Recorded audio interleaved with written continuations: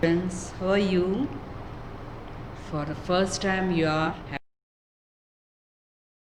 having a live English teacher. I am Purna ma'am, your English teacher, taking in your 3 E1 and E2 class, right? So we have already started unit 5 swimming, right? You must have completed your hard words, meanings, isn't it? And question answers which I have sent you in the group, you must have completed. आपने वो कर दिया है ना? सबने किया है CW में। और आज मैंने आपको वर्कबुक एक्सरसाइज भी भेजा है, राइट? वो भी आपको वर्कबुक में कंप्लीट करना है, ठीक है? और उसमें कुछ जगह पे ब्लैंक दिया हुआ है, राइट? ब्लैंक स्पेस दिया है जहाँ पे आपको पिक्चर ड्रॉ करने हैं या फिर आपको चिपकाने हैं। जो different types of swimming styles दिए हैं उसमें आपको different types of swimming styles के पिक्चर ड्रॉ करने, आपको पिक्चर चिपकाना है, ठीक है?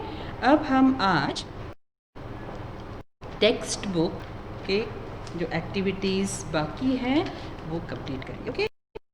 सो you will take your textbook page number 36, okay? So activity 4 I have already given you in your to do in your CW, right? So उसमें activity 4 में A है answer the following questions, जो आपको teacher ने already send कर दिया है और आपने सबने लिखा है, राइट? फिर come to page number 36, activity 4B, state whether the following statements are true और फॉल्स। सो ये भी आपको टीचर ने सेंड किया है। So this also you have to write in CW. The same thing is given in the workbook also. So workbook में भी आपको करना है, सिर्फ आंसर लिखना है और ये पूरा आपको CW में कॉपी करना है, ठीक है? Now come to the C. There are some words that rhyme with each other.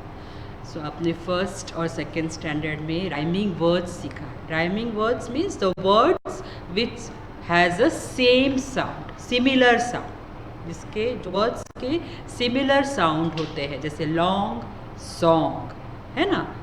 Day play, bin tin, but put, cut, right? जिसके जो लास्ट 2 लेटर्स है वो सेम होता है, लास्ट 2 या 3 लेटर्स जो होते हैं वो सेम होते हैं। So that kind of word, उस तरह के जो वर्ड्स हैं उसको क्या बोलते हैं? Rhyming words.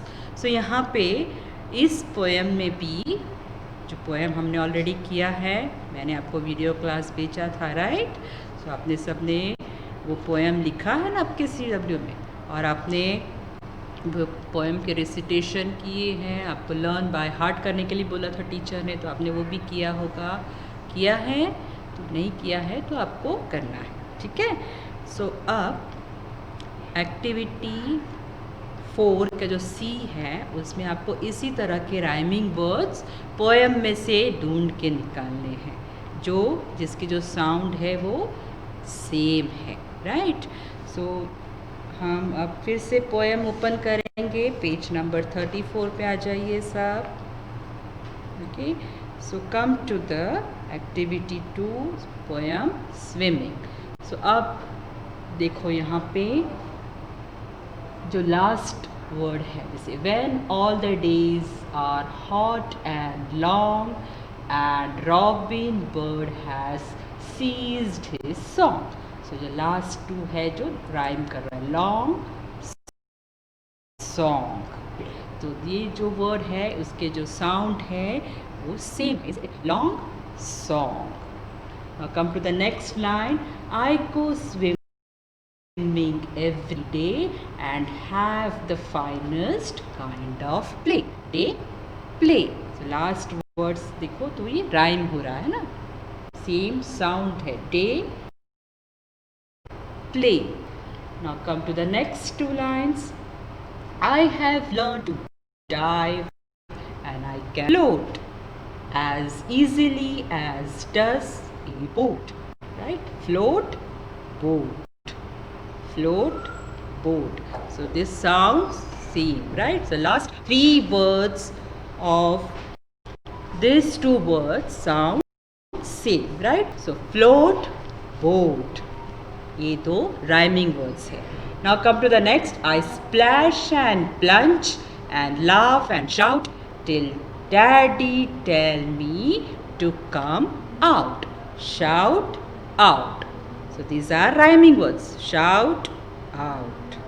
ना sound sim हो रहा है, right? It's much too soon. I did like to cry, for I can see the ducks go by.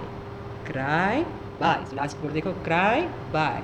So this also sounds same, isn't it? So इसके जो sound है, आपको ये words के sound rhyme करते हुए नजर आ रहे हैं. Same sound हो रहा है, right? And Daddy Duck, how I love him. He lets his children swim and swim. Him, swim.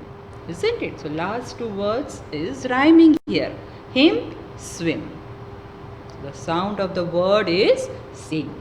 I feel that I would be in luck if only a duck. Luck, duck. So this is also a rhyming. Luck, duck. So these are the words which are rhyming. So आपको अपने notebook में लिखना long song, day, play, float, boat, shout out, cry by, him, swim, luck, duck. So ये rhyming words है. सबको समझ में आया? I hope you understood this, right? Now come to the next page. Come to activity 5.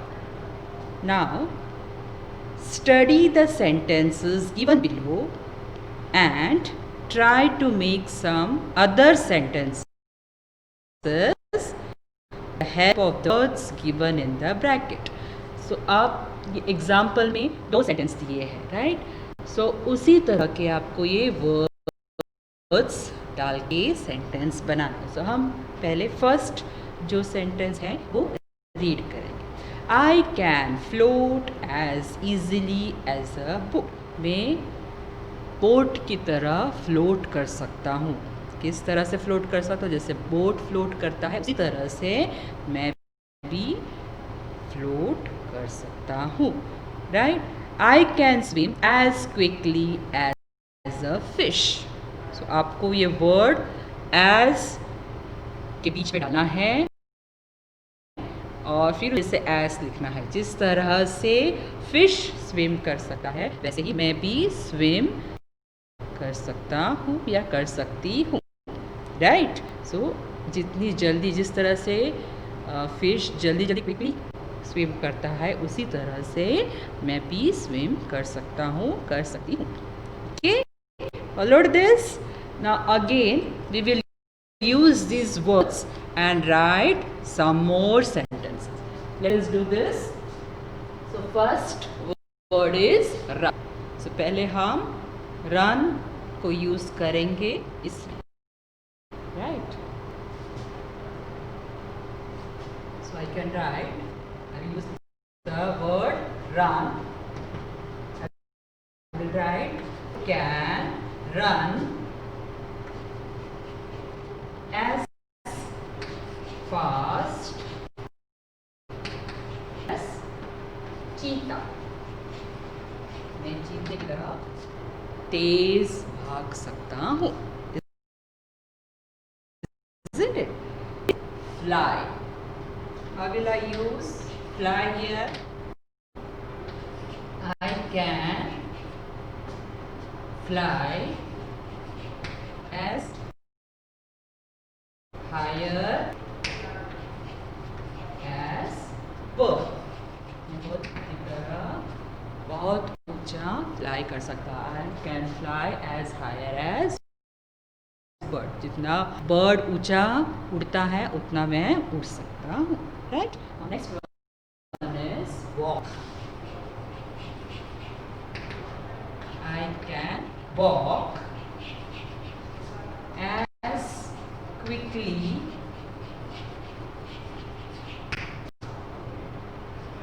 as rabbit। जितना तेज rabbit चलता है उतनी तेज I can also walk. Next is paint.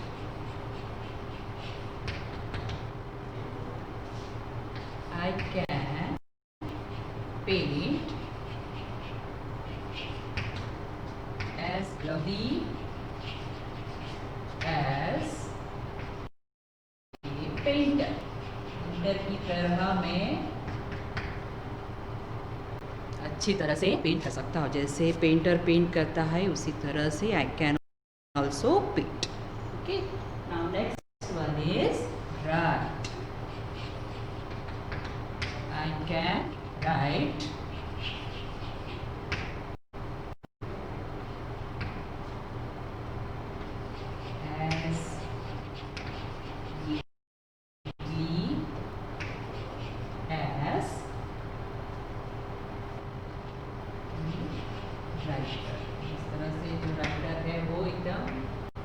लिखता है उसी तरह से I can also write. Now next one is read. I can read as loudly as a loudspeaker।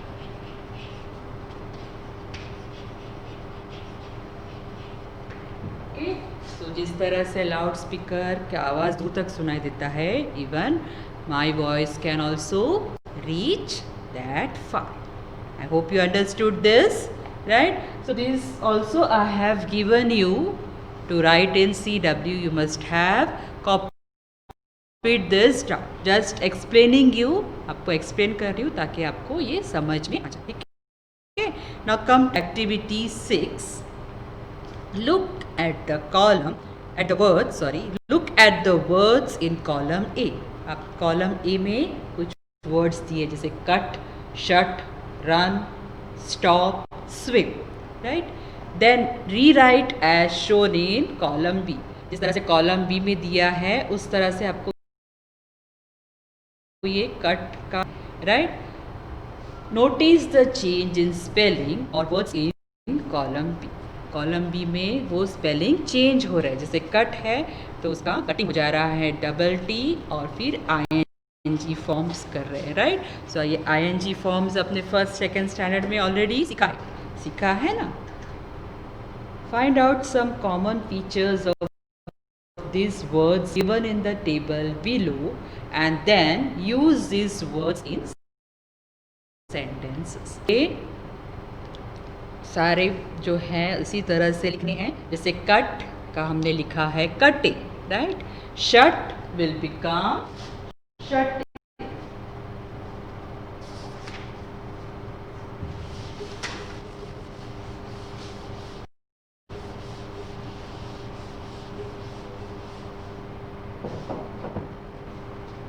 Cut is already given there, cutting, right? You have to put double T and ING. Okay. Now next is shut. Shut will become shutting.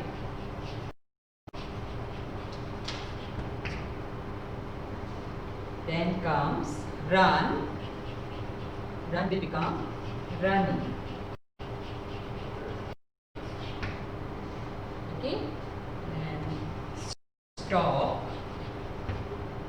Stopping.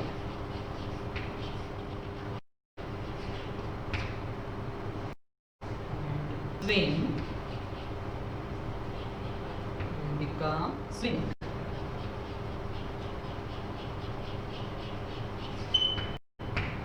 Okay, so this is how you have to write by using ing form, right? So cut will become cut, shut will become shutting, run will become running. So you have to use double and double T.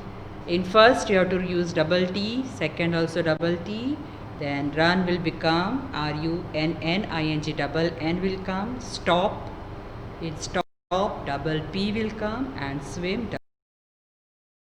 Double M. Using this word, ये word को आपको use करके sentence form करना है. जैसे first वाला दिया है would cutter is cutting the tree. Now what will you form a sentence for second?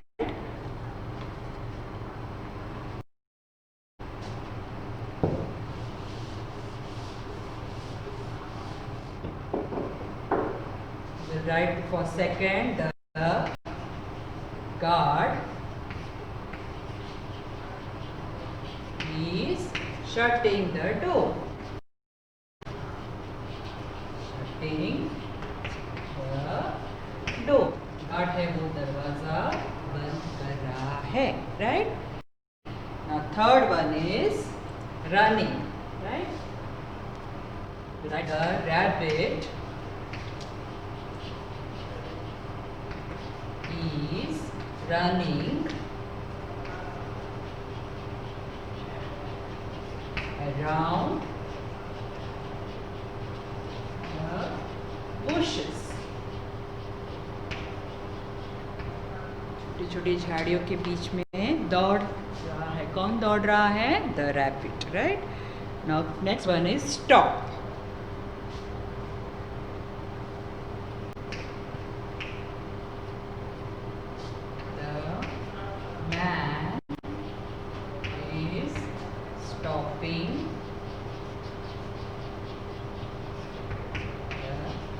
Children.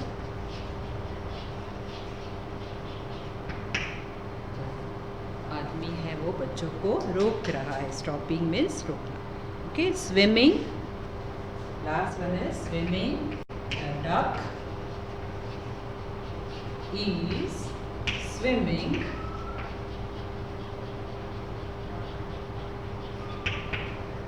in the pond. Okay, the duck is swimming in the pond. Okay, so these sentences also you have to write in your CW. So I hope you understood this, how to change into ing form. Okay, now come to page number 37. So there is activity 7, right, in page number 37. Page number 37 में activity 7 है. सो क्या दिया है यहाँ पे? Let us read. Fun with sound words. अलग अलग sound words आपको सुनाई देते हैं. क्लिक है, चर्प है, हो है, हुर्रे है. सो ये सारे जो साउंड वर्ड्स है उसको हमें किस तरह से यूज़ करना है सेंटेंस में, राइट? Some interesting words sounds like the noises for which they stand, right? कुछ words आवाज़, जिस तरह से अलग अलग तरह के आवाज़ होते हैं, डम, राइट? सो ये सारे आवाज़ के भी साउंड्स के वर्ड्स आते हैं, राइट? सो वो किस तरह से कौन से चीज़ को बता रहा है. जैसे क्लिक है तो इससे हमें क्या पता चलेगा कि किसके लिए यूज़ हो रहा है क्लिक? कैमरा के लिए, कि कैमरा क्लिक करता है, राइट? फिर चर्प, चर्प किसके लिए यूज़ होता है? बर्ड्स के लिए, बर्ड्स चर्प करते हैं, है ना? सो जूम, जूम किसके लिए यूज़ होता है? कार, कार जूम करके जाता है ना? सो बहुत सारे ऐसे आवाज़ होते हैं जो किसी चीज़ को रिप्रेजेंट करता है. You use a different tone of voice when you से दीज वर्ड्स. सो हर एक चीज़, हर एक जो साउंड है वो हम अलग अलग तरह से बोलते हैं, राइट? सभी के बोलने का अलग तरीका होता है. जैसे zoom went the car, right? Zoom करके कार चली है, right? So the voice becomes louder and more forceful. जैसे ही हम इस तरह के जो वर्ड्स बोलते हैं साउंड वर्ड्स बोलते हैं तो हमें वो ज़्यादा फोर्सफुली बोलना पड़ता है और वो ज़ोर से सुनाई देता है, जूम। तो ये हमको ज़्यादा ज़ोर से बोलना पड़ता है ताकि that become the expression become more clearer to the other one. उसके बारे में जो आगे जो सुनाई देता है, जो सुन रहा है, उसे क्लैरिटी हो कि हम किसके बारे में बात कर रहे हैं, right.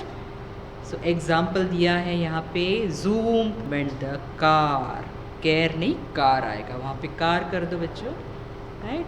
Zoom went the car, ठीक है। Bang went the door, door को जब हम बंद करते तो बैंग करके आवाज़ आता है, राइट।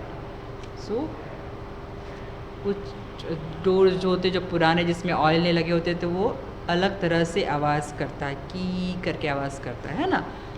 सो से the following and right what would make this words और एक्शन। तो यहाँ पे कुछ वर्ड्स दिए हैं, ये किस चीज़ के लिए, कौन से चीज़ के लिए बता रहा है, ये वर्ड किसके लिए यूज़ हुआ है, किसका एक्शन बता रहा है, वो हमें यहाँ पे लिखना है। ओके, सो फर्स्ट है क्लिक। क्लिक किसके लिए यूज़ हो रहा है, click went the camera, camera के लिए यूज़ हो रहा है। सो ये आपको टेक्स्ट बुक में ही लिखना है। Okay,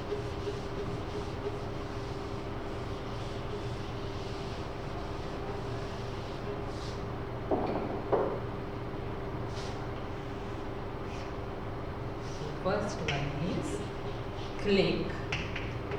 So here click is used for click went the camera. Okay, now second one is, this is first, second one is chirp. chirp किसके लिए यूज होता है, बर्ड के लिए। chirp said the bird, chirp said the bird. Okay, now next one is number 3, whisper. whisper यानी कि हम धीरे से जो बात करते हैं, किसी को सुनाई ना दे, किसी के कान में हम कुछ बोलते हैं, that is called whispering, right? So whisper to the little baby, whisper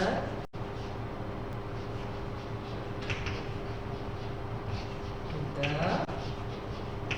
baby. Baby के कान में जाके कुछ धीरे से बोलते हैं, that is called whispering, right? Whisper to the little baby. Now come to the next one, bravo. कोई कुछ अच्छा काम करता है, किसी को मेडल मिलता है तो शाबाशी देते हैं ना, आपके मम्मी पापा भी आपको शाबाशी देते हैं, वेल डन, वेरी गुड। सो ब्रावो, अगर आपने कुछ अच्छा काम किया है, कुछ मेडल जीता है या कुछ मैच जीता है, सो आप क्या बोलोगे, bravo, you won the match, bravo, you got the medal, right. So bravo is used to appreciate someone, appreciate यानी कि किसी को, किसी के बारे में अच्छा बोलने के लिए ब्रावो यूज होता है। Bravo, you one the match.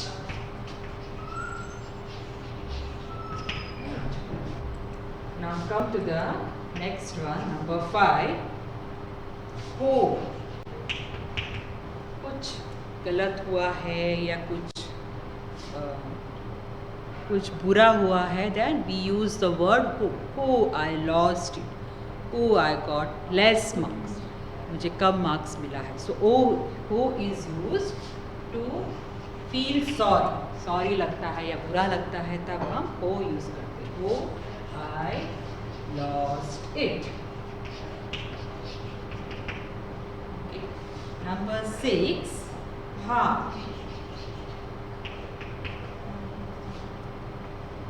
हाँ is an expression if I am meeting you some, अगर मैं आपको कहीं मिलती हूँ या किसी को मैं बहुत दिनों के बाद देख रही हूँ, हाँ, आई नो यू, या कोई अजनबी आपको बहुत सालों के बाद मिलता है, और आप पहली बार उसको मिल रहे हो बहुत सालों के बाद, तो आपका जो एक्सप्रेशन है हाँ, I know you, right?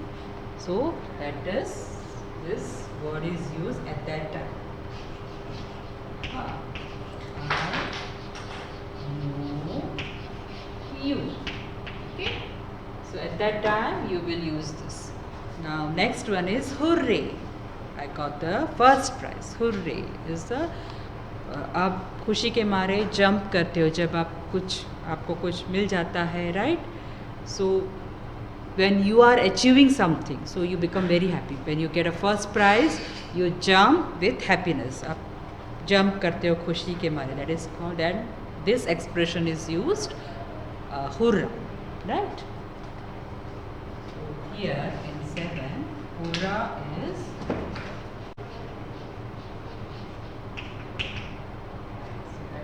hurrah.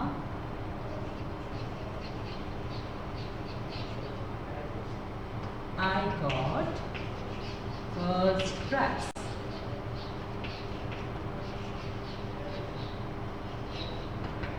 Okay. Now last two words are alas.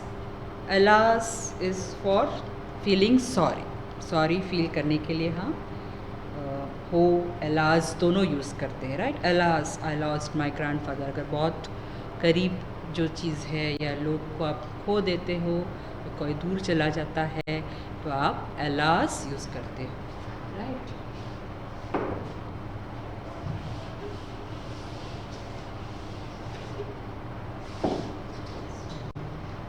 alas, right? Alas, I lost my grandfather.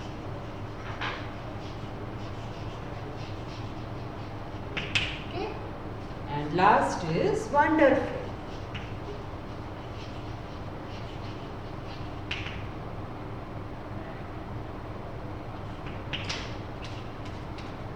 You see some good thing or a beautiful thing, right? So you use this wonderful. How wonderful the valley looks, right? So when you are seeing some beautiful thing, how beautiful the flower, how wonderful the flower path look, right?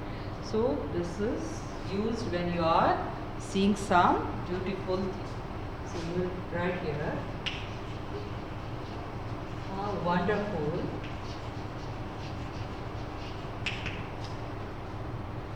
the valley looks. Okay, so these are some of the exclamatory words, right? Exclamation words है ये जो हमको loud expressions देता है, right? So here I hope you understood this, some of the words, some of the sound words which are used here, right? Now come to the activity 8. Here one more poem is given, so let us read this together, students. Read and enjoy the poem, right? We have already read one poem, swimming. Now this is the another poem on swimming, right?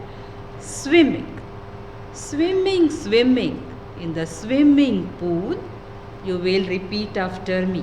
है ना? आपको पता है ना, teacher के बाद आपको repeat करना है ना? सो आप पहले टीचर बोलेगी और आपको उसके बाद रिपीट करना है, okay? Swimming, swimming in the swimming pool. Swimming कहाँ करते हैं? Swimming pool में, है ना? हमने ऑलरेडी ये स्विमिंग जो पोएम था उसमें सीखा है, right? When days are hot or days are cool, whether it is hot day or cool day, we always enjoy in the swimming pool. बहुत गर्मी हो या ठंडी हो, हमें स्विमिंग पूल में स्विमिंग करना अच्छा लगता है. इन द स्विमिंग पूल में हम क्या करते हैं? There are different styles, different strokes और डिफरेंट वेज ऑफ स्विमिंग. अलग अलग तरह से स्विम करते हैं, जैसे बैक स्ट्रोक है, साइड स्ट्रोक है, right? So in the swimming pool, back stroke, side stroke, fancy diving 2. In the swimming pool, backstroke, side stroke, fancy diving 2.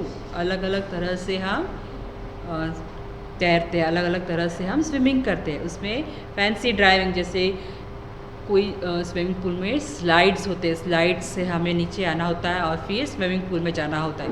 किसी किसी में ऊपर से हाई जंप करना होता है ना. सो बहुत सारे राइड्स भी होते हैं. सो अगर आप वाटर पार्क या वाटर पार्क में जाओ तो वहाँ अलग अलग तरह से हम जंप कर सकते हैं स्विमिंग पूल में, इज़न्ट इट. वहाँ अलग अलग तरह से जैसे स्लाइड्स होते हैं, फाउंटेन्स होते हैं, उसी में से हम निकल के then we enter into the water, right. There is no place I would rather be. इससे अच्छा कोई जगह नहीं है, स्विमिंग पूल से अच्छी कोई जगह है नहीं है ना. There is no place I would rather be than in the swimming pool. There is no place I would rather be than in the swimming pool. इस वर्ल्ड में, इस दुनिया में स्विमिंग पूल से अच्छी जगह कोई भी नहीं है और मैं सारा दिन स्विमिंग पूल में रह सकता हूँ, right. So let us Singh this again and you will repeat after me, okay. Swimming swimming in the swimming pool when days are hot or days are cool. Swimming swimming in the swimming pool when days are hot or days are cool. In the swimming pool, backstroke, side stroke, backstroke, side stroke, fancy diving 2. There is no place I would rather be. There is no place I would rather be than in the swimming pool. Than in the swimming pool. Right? So ये poem सिर्फ आपको decide करना है, enjoy करना है, ये आपको लिखना नहीं है और इसको लर्न नहीं करना है. सिर्फ आपको ये रीड करना है and you have to enjoy this poem, okay. Now come to the last page of this lesson, that is page number 38, activity 9. So here look at the words in A and match them with images in the B. So A में कुछ words दिए जैसे back stroke, side stroke, fancy diving और यहाँ पे उसका images दिया, picture दिया है, राइट. सो आपको ये मैच करना है. सो पहले आप क्या करोगे, यहाँ नंबर लिखना है 1 2 3, ओके. और यहाँ पे देना है A B and C, right. Now we will match. First is back stroke. So which picture is matching with this back stroke? The picture C, right. So you will write C here, okay. Now come to the next one, side stroke. So which picture matches with the side stroke? Picture A, right? So here you will write A. Now last is fancy diving.